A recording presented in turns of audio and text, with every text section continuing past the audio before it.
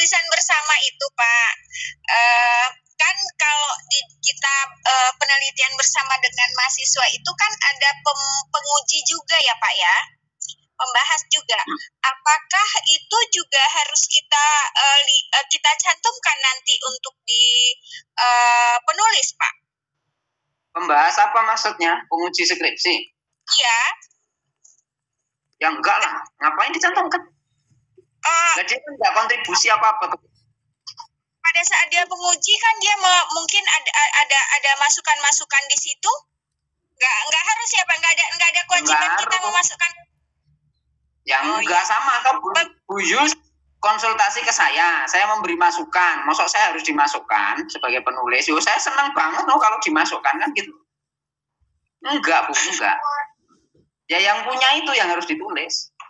Masa orang kemudian memberi masukan, ini kalimatnya diganti ya, masuk gitu aja langsung jadi penulis ketiga. Loh, sujud syukur nanti dia. Bu Yus, kalau nulis minta tolong ke saya aja, nanti tak beri masukan ya, biar saya jadi dapat penulis begitu ya. Nah, manjang-manjangin penulis. Ya, Pak, terima kasih, Pak. Ari. Assalamualaikum, Pak Ari. Waalaikumsalam, Bu, silakan. Iya, Pak Ari, tadi saya ketindih sama Ibu Apri ya. Ari, saya kan ilmu sakit. Iya, saya kan bidang ilmu saya komunikasi, Pak. Terus saya pernah melakukan ada buku 2 tentang analisis semiotika, karena memang salah satu mata kuliah yang saya ampu itu semiotika. Dari penelitian yang pernah saya lakukan, saya sudah jadikan 2 buku. Tadinya saya kan sebelum saya mengikuti pelatihan buku monograf dan referensi ini, saya sempat gagal paham loh, Pak. Saya kemarin waktu saya klaim untuk ke lektor itu saya kirain itu buku referensi, ternyata itu kemungkinan buku monograf gitu, Pak. Nah, untuk buku itu analisis semiotika, saya analisis semiotika, tetapi pembahasannya yang satu terhadap film, yang satu lagi terhadap pantun sebagai media komunikasi. Nah, kalau dijadikan ke buku referensi itu seperti apa, Pak? Bisa nggak? Penelitiannya ada berapa, Bu? Ya, untuk sementara ini kan baru 2 nih, Pak. Tapi analisis semiotika, mungkin untuk kedepannya lagi itu bisa nggak seperti itu? Pembahasannya kan beda nih. Yang satu kan pantun, yang satu lagi tentang film. Tapi analisis semiotika seperti itu. Boleh. Kan sama-sama semiotikanya toh. Iya.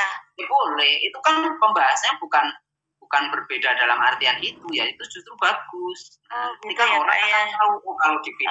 Risetnya kan berbeda nih, Pak. Satu pantun, yang satu lagi film gitu. Tapi kan rumpun ilmunya sama di semiotika. Sama, iya, semiotika, benar. Kecuali Ibu yang pantun semiotika, yang film gambarnya atau videonya atau itu kan sudah nggak bisa kalau itu kan bukan rumpunnya kan sudah bergeser. Iya, berarti kalau untuk kedepannya bisa riset yang lain tapi tetap analisis semiotika gitu ya, Pak ya? Ya. Pak Ari, terima kasih. Pak Ari, izin tanya Pak Ari. Silakan Bu Apri. Ini Pak, kalau untuk buku ya, entah buku referensi, entah monograf atau mungkin book chapter yang sudah pernah kita, ini saya juga barunya buku chapter baru bisanya nih ke sel, yang lainnya belum sempat waktunya. Apakah ada patokan untuk, tadi kan ada plagiarisme tuh disinggung juga, misalnya tuh ratingnya maksimal 25 seperti jurnal gitu ya, atau 10 atau bahkan bisa lebih longgar jadi 40% atau 45% gitu. Ada nggak Pak Ari salah peraturan dari Perpusnasnya gitu, dari penerbitnya sendiri gitu, Pak? Oke Bu, kalau untuk kepentingan PAK tetap saya sarankan maksimal 20 ya. Mentok-mentoknya 25 lah. Ya, mentok-mentoknya 25. Itu sebaiknya. Karena kalau untuk persyaratan seperti itu biasanya terkadang kita diminta melampirkan hasil cek plagiasi itu loh. Oh gitu ya, baik Pak. Jadi sebaiknya, apalagi kalau Bu Apri mau ke guru besar, wah itu ceknya komplit Bu. Bukan hanya cek plagiasi, ditanyakan juga macam-macam, cek ISBN-nya di Perpusnas. Nah, semuanya makanya Bapak Ibu, walau kita itu slowly tapi kita itu mengikuti ya alur itu ya, hati-hati gitu, pelan-pelan. Kadang pelan-pelan saja. Kadang kita terpeleset begitu. Ya, makasih Pak Ari penjelasannya. Tanya Pak. Silakan Bu Devi. Ya. Iya. Bu Widya juga nanti ini ya. Oke, Pak Ari. Jadi kalau kita punya hasil penelitian disertasi itu, kalau disimak-simak tadi referensi kayaknya sulit juga dulu baru ya, Pak Ari ya. Jadi apa yang bisa Pak Ari sarankan ini? Apakah monograf saja dulu atau bagaimana ini, Pak? Ya itu kalau sudah punya satu penelitian minimal monograf dulu. Monograf saja dulu. Monograf diikutkan hibah tuh Bu, lumayan tuh. Monograf diikutkan hibah. Iya. Chapter, monograf dan book chapter kan masuk penelitian. Iya, betul Pak Ari. Kalau bisa dibuat monograf, book chapter sama artikel jurnal. Iya. Jadi nanti apa hasil ini memang tidak bisa dimasukkan untuk jadi referensi ya Pak Arya? Apa Bu? Disertasi itu. Ya bisa, kalau jadi referensi kan nggak apa-apa. Yang nggak boleh itu dibuat karya lain. Ya, apakah artikel boleh untuk koleksi, tapi kalau untuk diajukan ke pangkatan, kalau ke detek biasanya juga tidak ada nilainya. Oh begitu. Ya. Oke, terima kasih Pak Ari. Sementara. Bapak Ibu tanya Pak Ari. Ya, silakan Bu Widya. Makasih Pak Ari. Mohon maaf telat untuk join Pak Ari karena ada kegiatan. Mau tanya Pak Ari, dari saya punya hasil penelitian mahasiswa ada 4-5 judul Pak Ari, tetapi dalam bentuk studi kasus Pak. Nah, apakah itu bisa dimasukkan menjadi buku referensi? Itu yang pertama. Yang kedua, untuk bab 1 dan bab 2 punya yang Pak Ari tampilkan sekarang ini berarti isinya konsep teori ya Pak. Kemudian hasil penelitian yang mau kita tampilkan itu apakah pembahasannya masuk di bab penilai seperti di bab 3 sampai bab 9 Pak Ari ini, atau kita includekan di bab 1 atau bab 2 gitu Pak? Oke. Jadi pertama dulu, boleh Ibu asal studi kasusnya satu rukun. Studi kasus kan juga penelitian kan. Nantinya ada kebaruan yang ingin yang ditampilkan. Boleh saja. Misalnya 5 penelitian studi kasus itu satu rumpun begitu ya. Boleh. Ya. Tinggal nanti diformulasikan. Misalnya Bu Widya 5 studi kasus itu askep tentang apa begitu ya. Misal ya. Tentang persalinan Pak. Ya, misalnya buku referensinya askep persalinan, entah judulnya apa saya tidak tahu ya, spesifikasinya apa nanti kalau ada spesifikasinya. Tetapi itu berbeda dengan buku ajar dan buku yang lain karena dikembangkan dari basis riset begitu. Terus di bab 1 bab 2, bab 1 itu sebetulnya meramu latar belakang masalah dari ketujuh riset saya itu Bu, secara umum. Karena apa Bapak Ibu? Pak, kok meramu itu maksudnya gimana? Karena ingat Bapak Ibu tadi di awal saya sampaikan, buku referensi itu punya satu ciri, yaitu ada permasalahan yang ingin diungkap. Nah, konteks saya ini permasalahannya adalah permasalahan pendidikan, penilaian pada pendidikan karakter selama ini yang terjadi. Itu saya ungkap di sini. Betapa pentingnya ini, apa saja misalnya data-data pendukung terdahulunya, kelemahannya apa, keunggulannya nanti penilaian yang kami sajikan itu apa. Itu di sini. Nah, bab 3 sampai dengan 9 itulah jawaban dari nomor 1 ini. Di bab 3 sampai 9 inilah kita menunjukkan kebaruan dari buku ini atau dari riset kita. Dari buku ini itu kebaruannya dari bab 3 sampai bab 9 yang mungkin selama ini orang tidak sadar.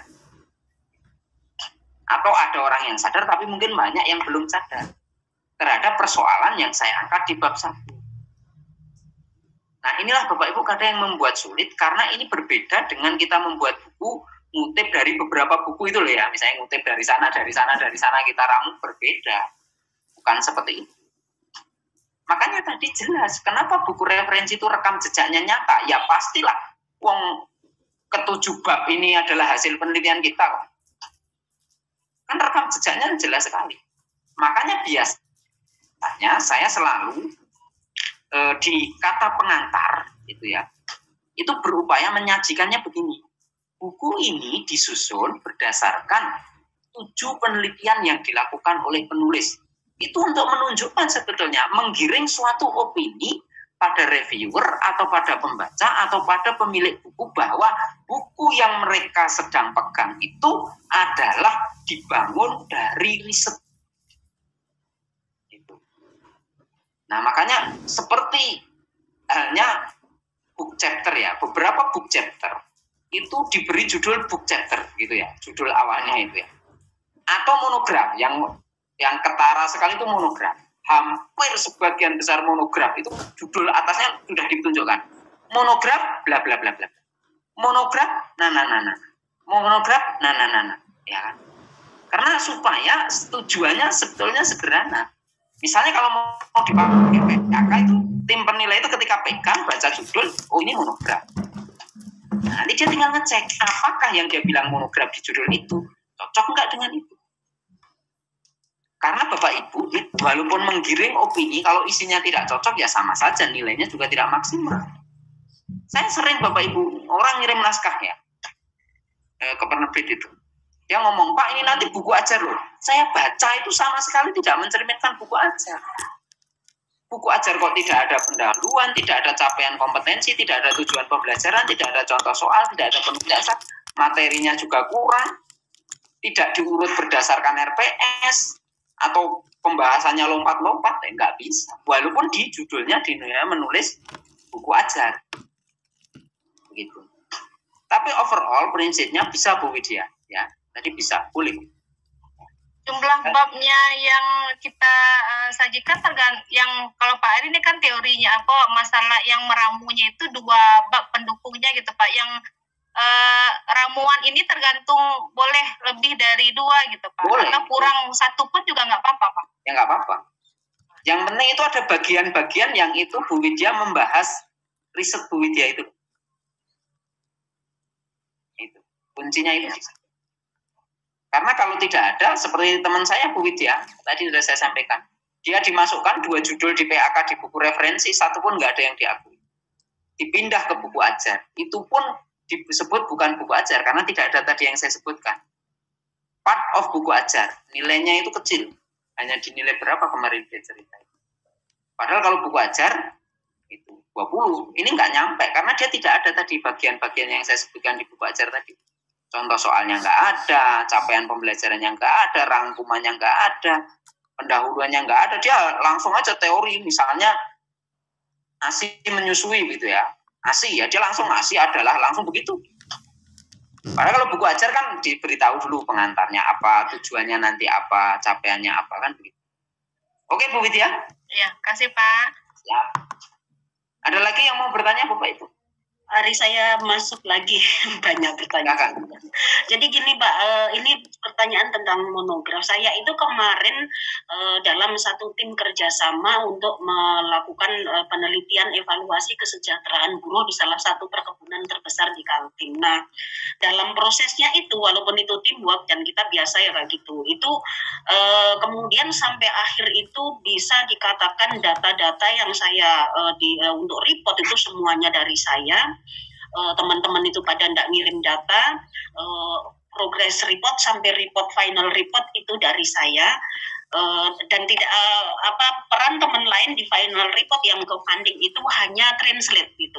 Nah, saya punya koleksi yang walaupun dulu itu kerja tim ya, tim work banyak, ada sekitar 4 orang, tapi saya punya catatan data-data itu yang hasil dari kerja saya lapangan sendiri gitu, karena masing-masing orang kan waktu itu ke tempat yang berbeda, terus punya catatan lapangan sendiri, punya hasil observasi sendiri gitu Pak ya. Bisa enggak itu kemarin itu memang saya agak ragu, saya mau lanjutkan ke artikel misalkan atas nama 4 orang ini ya, saya agak sakit hati karena saya yang guling-guling sendirian gitu. Kan kemarin aja final report itu ya dengan walaupun saya koordinator gitu, dengan selisih honor yang tak seberapa, saya dari awal sampai akhir hampir saya katakan saya kerja sendirian. Nah sekarang bolehkah misalnya saya membuat monograf, karena ada banyak sekali data-data catatan lapangan saya itu saya buat sendirian, tapi saya tidak mengambil data mereka karena memang saya nggak nerima kiriman data dari mereka, walaupun saya mengkoordinatori mereka, saya ke lapangan bersama mereka, final report itu pun saya buat berdasarkan semua catatan lapangan dan interview saya gitu. Jadi gimana Pak, bisa enggak kayak gitu ya? Ya, Bu, ini masalahnya Indonesia itu belum membuat undang-undang sakit hati, Bu ya. Nah, itu bukan problemnya kan gini. Problemnya maksudnya gini, kalau misalkan saya melakukan publikasi itu dan temanya jelas, tempat penelitian yang jelas, orang-orang ini kan pasti akan reminding ini proyek kita yang kemarin, walaupun mereka pada akhirnya cuma nerima honor dan tidak mau nyupot data apapun gitu loh. Tapi kalau kemudian saya kerjakan, karena artikel pun belum sebenarnya Pak, jadi saya mau bikin artikel jurnal atau saya mau bikin monograf itu, konsekuensinya ya sama, saya akan jungkir jembalik sendirian, tapi kemudian orang akan mereminding bahwa ini sebenarnya hasil proyek yang funding berdasarkan teamwork gitu loh. Jadi gimana kira-kira itu Pak? Ya kalau bisanya bisa, asalkan nanti problemnya yang Bu Sri siapkan gini aja. Misalnya dia sudah masuk tim yang namanya nggak ada, nah siap nggak itu ya biasa kalau bahasa saya itu rasani itu bahasa Indonesia. Maksudnya gini, itu tapi gini Pak, saya nulisnya saya tidak mengambil hasil kerja keras mereka sama sekali, walaupun mereka ke lapangan karena mereka tidak menghasilkan data apapun gitu. Iya. Gimana? Jangankan itu Bu, saya punya tim, orang lain itu di luar tim, itu saja nggak terima saya punya karya, padahal dia di luar tim loh Bu. Jangan itu nggak ke lapangan, nggak ngapa-ngapa, cuma duduk di kantor gitu ya. Begitu kami mengeluarkan publikasi, mereka itu nggak terima. Nggak kenapa nggak ngajak dia gitu. Iya benar kan, karena nggak diajak. Padahal kemarin diajak nggak mau kan gitu loh. Nah itu manusiawi itu Pak Ari. Ya betul Pak Mulono, karena kita tidak ada undang-undang yang mengakomodir itu Bapak Ibu ya. Jadi kita agak sulit gitu ya. Itu sebetulnya persoalan pribadi dan karakter. Nah sayangnya kita tidak agak kesulitan untuk dalam hal masuk ke ranah itu. Kalau saya itu kan orangnya gimana ya? Kalau dalam hal seperti itu saya itu jalan aja. Saya orangnya cuek-cuek aja. Ya dikatain nggak baik juga sering, dibilang baik juga sering, ya dinikmati aja lah Bu. Kalau saya itu prinsipnya begitu. Yang penting saya berusaha tidak merugikan dia. Oke. Nah kalau saya begitu Bu. Karena memang posisi seperti itu nanggung. Hasilnya sudah ada, mau kita buat karya nggak melibatkan dia. Gimana? Melibatkan dia juga nggak ngapa-ngapa. Nah, itu kan juga dilematis. Di sini ada Pak Hananjo itu tim saya. Pak Hananjo itu dan kami pernah mengadakan suatu event cukup besar ya. Itu kan saya kan kebetulan tidak menyebutnya. Nah itu cuman membalasi ucapan terima kasih kepada salah satu rekanan kami saja itu, atau salah satu yang terlibat di kegiatan itu yang dari luar negeri itu pun tidak berkenan begitu ya. Akhirnya kan kami juga nggak enak sendiri kan. Saya sini tidak menyebut ya di mana dan ininya. Maksud saya kadang kita itu menghargai stok saja itu kadang belum mampu begitu ya. Apalagi sampai terlibat jauh. Terima kasih, saya kadang lupa Pak Ari. Nah iya betul. Apalagi kalau kasus kayak gitu, kalau saya udah tak tinggal aja kok, buat aja sendiri, kirim aja sendiri. Nanti nak dia ribut, apalagi Bu tadi cerita dia nggak mengambil data, kita juga nggak pakai datanya dia, kenapa takut? Oke. Ya kan? Semoga ada keberanian. Ya enak sih sebenarnya, bukan soal berani tuh Pak, cuma ya orang Indonesia itu loh Pak kadang-kadang susah ya menghadapi kayak gini. Padahal nggak enak itu bikin kita nggak maju loh Bu. Saya itu kebanyakan, jadi ada beberapa riset, hampir 3 riset itu kerjasama dengan funding lumayan besar itu tidak jadi publikasi ya seperti itu, karena kalau final report saya kerjakan jungkir jembalik itu, kemudian saya mau nulis itu tadi kadang-kadang sakit hati juga saya lanjutkan nulis, nggak bahwa mereka pasti nggak enak, tapi bahwa mereka itu kok yang menyakitkan gimana gitu. Tapi ya coba deh saya nanti mencoba gitu. Jadi ada beberapa sebenarnya sudah final report yang unpublished itu bisa sih dibikin monograf atau dibikin artikel gitu. Cuman saya kadang-kadang ngerasa nggak enak, itu susah banget. Apa sih? Gak enak tetap Ibu aja Bu. Iya. Bukan penulis pertama, tapi penulis utama. Jadi penulis pertama, Ibu korespondennya, jadi semua kan sama Ibu berkasangannya nilainya.